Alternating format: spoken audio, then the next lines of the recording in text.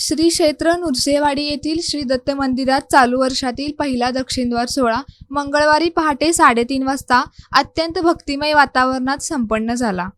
कृष्णा नदीच्या पाणी पातळीत झालेल्या वाढीमुळे पार पडलेल्या या धार्मिक सोहळ्यानंतर हजारो भाविकांनी पवित्र स्नान करून श्री दत्ताचे दर्शन घेतले. संपूर्ण मंदिर परिसर श्री गुरुदेव दत्ताच्या अखंड नामघोषाने दुमदुमून गेला.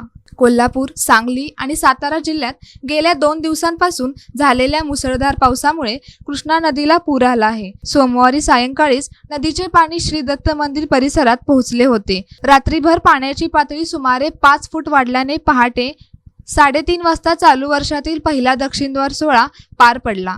या सोहळ्याची माहिती इलेक्ट्रॉनिक माध्यमांद्वारे प्रसारित होताच सांगली, कोल्हापूर तसेच परिसरातील विविध भागातून भाविकांनी नृसिंहवाडीकडे मोठी गर्दी केली. विशेषतः महिला भाविकांची स्नानासाठी लक्षणीय उपस्थिती दिसून आली.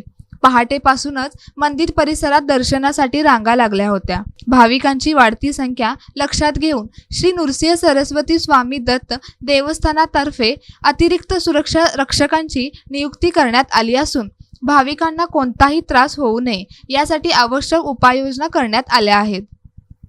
दरम्यान श्रींची उत्सव मूर्ती दर्शनासाठी परमपूज्य श्री नारायण स्वामी मंदिरात ठेवण्यात आली असून आकर्षक फुलांच्या सजावटीने भाविकांचे विशेष लक्ष वेधून घेतले. दिवसभर भाविकांनी उत्सव मूर्तीचे दर्शन घेत भक्तिभावाने प्रार्थना केली. दत्त संप्रदायात दक्षिणद्वार सोहळ्याला विशेष धार्मिक महत्त्व आहे. यावेळी उत्तरेकडून वाहणारे कृष्णा नदीचे पाणी श्रींच्या चरणकमलावरून दक्षिण द्वारात प्रवेश करते.